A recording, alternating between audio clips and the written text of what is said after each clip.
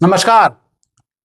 आप अभी तक में आपका हार्दिक स्वागत है और आज हम बात करेंगे राइज इन इंडिया के प्रोग्राम की जो HRIT में हुआ, जिसके अंदर केंद्रीय मंत्री SP बघेल आए और उन्होंने छात्रों की हौसला अफजाई करी। उनके साथ पूर्व सांसद अनिल अग्रवाल भी मौजूद थे।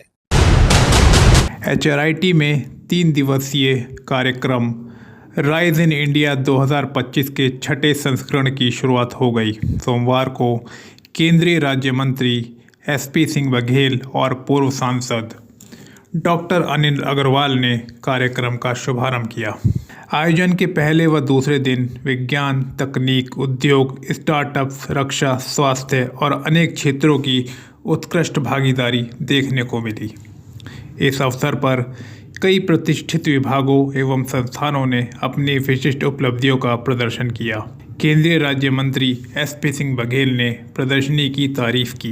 उन्होंने कहा, राइज इन इंडिया का छठा संस्करण भारत की विकास यात्रा को नई ऊर्जा, नई दिशा और नया विश्वास प्रदान करेगा। वहीं डॉक्टर अनिल अग्रवाल ने कहा, यह मंच भारत की क्षमताओं, कौशल और नवाचार शक्ति का वैश्विक स्तर पर प्रतिनिधित्व करने का उत्तम अवसर है। ब्यूरो रिपोर्ट, आप अभी तक।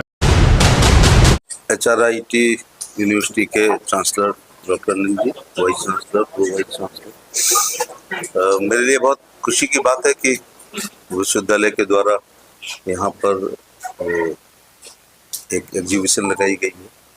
एक तो विश्वविद्यालय 2005 में स्थापित हुआ, आज बहुत अच्छी पोजीशन है। मैं अकेला ही चला था, 92 घंटे लोग मिलते गए, कार्य हो सकता है 7000 से ऊपर छात्र हैं। तो मुझे ढूंढना यह होगा कि कौन सा विषय यहाँ नहीं है ना।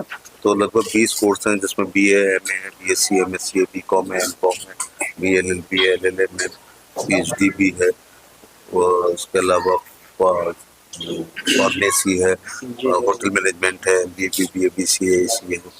तो तमाम चीज़, और जो करेंट टॉपिक्स हैं जैसे AI वगैरह है, उसके बारे में भी यहाँ पर ध्यान रखा जाएगा। और जो एग्जीबिशन और आज का प्रोग्राम है वो नवाचार के बारे में, MSME का, केंद्र सरकार की योजनाओं का, और उसको लेकर के है, तो बहुत अच्छा लगा।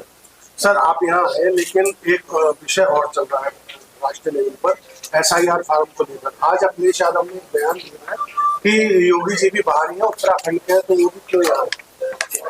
भारत का कोई भी नागरिक है, वो जहाँ निवास करता है वहाँ पर अपना मतदाता बन सकता है। योगी जी उन लोगों की तरह नहीं है जिनके लिए अखिलेश यादव, राहुल और ममता बनर्जी वकालत कर रहे हैं, रोहिंग्याओं के लिए, बांग्लादेशियों के लिए। तो ये लोग जो विदेशी घुसपैठिए हैं, उनका धर्म कुछ भी हो, मैं उस पर नहीं जाता हूँ, उनको भारत का नागरिक बनाते हुए मतदाता बनाना चाहते हैं। इसके 3 प्रभाव पड़ेंगे। एक तो आंतरिक सुरक्षा को खतरा हमेशा हमेशा के लिए रहेगा। जैसे चाणक्य ने बहुत साल पहले कहा था चंद्रगुप्त से कि विदेशी आप शादी कर रहे हैं तो हमेशा एकता अखंडता के बारे में देखना। और दूसरा, डेमोक्रेसी भी प्रभावित होती है बोगस वोटरों से। और तीसरा, सामाजिक सद्भाव भी बिगड़ता है। तो अखिलेश ट्वीट कर देते हैं, फिर आप लोग मेरे से ही पूछते हो कल इलेक्शन क्या लड़ लिया, तो उनका काउंटर मेरे से ही लेते हैं। तो ये लोग मुस्लिम वोटों के ध्रुवीकरण, तुष्टीकरण, एकत्रीकरण के लिए प्रो मुस्लिम बयान आए दिन सनातन के खिलाफ और इस प्रकार के बयान देते रहते हैं। सर, SIR के मुद्दे को लेके बिहार का चुनाव था, देश का बड़ा महत्वपूर्ण चुनाव था। हमारे पास तो केंद्र सरकार की योजनाएं थी, राज्य की योजनाएं थी, मोदी जी का व्यक्तित्व था, नीतीश जी का सुशासन था, लेकिन वो केवल SIR पर ही लड़े। और बिहार में पूर्ण बहुमत ने SIR पर मोहर लगा दी है जी कि वो जरूरी है। लेबर कोड आया सर, उसके बारे में क्या? श्रम कानून जो आया है उसके बारे में क्या पता? लेबर, कोई सा भी कानून आता है वो हमेशा जनहित में, राष्ट्र हित में और नेशनल इंटरेस्ट में आते हैं। किस तरह से उपयोगी होगा श्रमिकों के लिए, महिलाओं के लिए? गहन अध्ययन करने के बाद ही बता पाऊंगा कि पुराने वाले में और नए वाले में क्या आमूलचूल परिवर्तन आएंगे। लेकिन आज भारत के मुख्य न्यायाधीश माननीय सुप्रीम कोर्ट की होती हुई है, तो बधाई देना चाह रहा हूँ मैं MOS लॉ एंड जस्टिस भी रह चुका हूँ। यहाँ आने से पहले मैं शपथ समारोह में था।